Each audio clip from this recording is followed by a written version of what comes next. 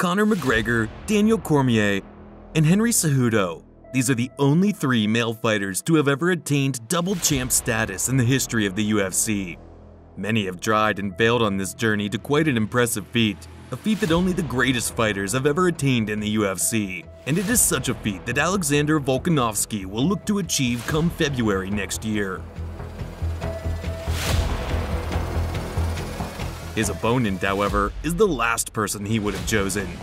A grappling and submission specialist that is as dominant as his cousin himself and is looking to write his name in UFC history. The UFC lightweight champion of the world, Islam Makhachev. He has left no stone unturned in his journey to the apex of the lightweight division, but he is sure to be up against it as he looks to start a new Dagestan order in the 155-pound division. You can run, but you can hide. I'm here. Time is coming for take this belt. Volkanovski is unrelenting, athletic, and has a level of experience very few fighters have. And this brings us to our main topic for today: why Alexander Volkanovski will beat Islam Makhachev. Yes, you heard that right. Alexander Volkanovski will beat Islam Makhachev. And before you begin to flip and storm the comment section with your arguments, you might want to stay a little longer to see why this is the most likely outcome. Experience. The first and most obvious reason Alex has an advantage is in the aspect of experience. Over and over again, we've seen fighters rally to win, not because of their superiority and skill, but for their veteran savvy, and Volkanovski highly excels in this regard over his opponent. Pressure on Mendez. Grip into the body, drops him. That's it. Alexander! Regardless of the fact that Islam has fought more times in the UFC, Alex has been in there with far more high stakes and a higher level of opponents.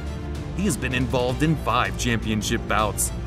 Volkanovski is a fantastic fighter, man. Oh, man. It was a nice competitive fight, but we showed that we were just a step ahead. The Volkanovski era is officially underway. And now he's just beating Now he's like, I'm going to make you break for that. Oh, big shot. As opposed to just one by Islam, and has clearly shown that he is not averse to being under immense pressure. On the other side, Islam is sure to be feeling the heat of the moment, especially given Khabib's dominance in the division before him, and the fact that he is the favorite coming into this matchup. And whether he can cope with this pressure remains to be seen. But one thing we do know is that if Islam makes a mistake, Volkanovski will make him pay. Striking IQ. You don't go 15 rounds with Max Holloway while winning at least 10 of those if you're not one of the best strikers in the world, and Alex Volkanovski is certainly that. His speed, movement, Caught him with a left hand there. and insane ability to adjust mid-fight to counter his opponent's best weapons is one of the best in the game, and this shouldn't come as much of a surprise given that he trains with Israel Adesanya, and come fight night, Volko is sure to have the advantage in this regard. Now, this isn't underrating Islam's ability on the feet, as he is shown to be really good in that regard, but there's something about the way Alex dismantled Holloway in their most recent matchup that makes any fighter standing with him almost destined to lose. And as they always say, every fight begins on the feet. Takedown and grappling acumen. In the minds of most MMA experts and pundits, this will be Islam's most definite route to securing victory when they eventually lock horns. But a deep look might prove this to be very wrong. Islam is an accomplished Sambo wrestler, and given what he did to Charles Oliveira last time out, you'd be forgiven for thinking that he can repeat the same process against Volko. But in many respects, Alexander Volkanovski is built to counter such occurrences. Having competed at rugby in the past, weighing over 240 pounds, Alex is certainly no pushover. He has a stocky build and base, which would make taking him down really difficult for anyone, and even when taken down and put into dangerous positions, he has shown the ability and willpower to always get up.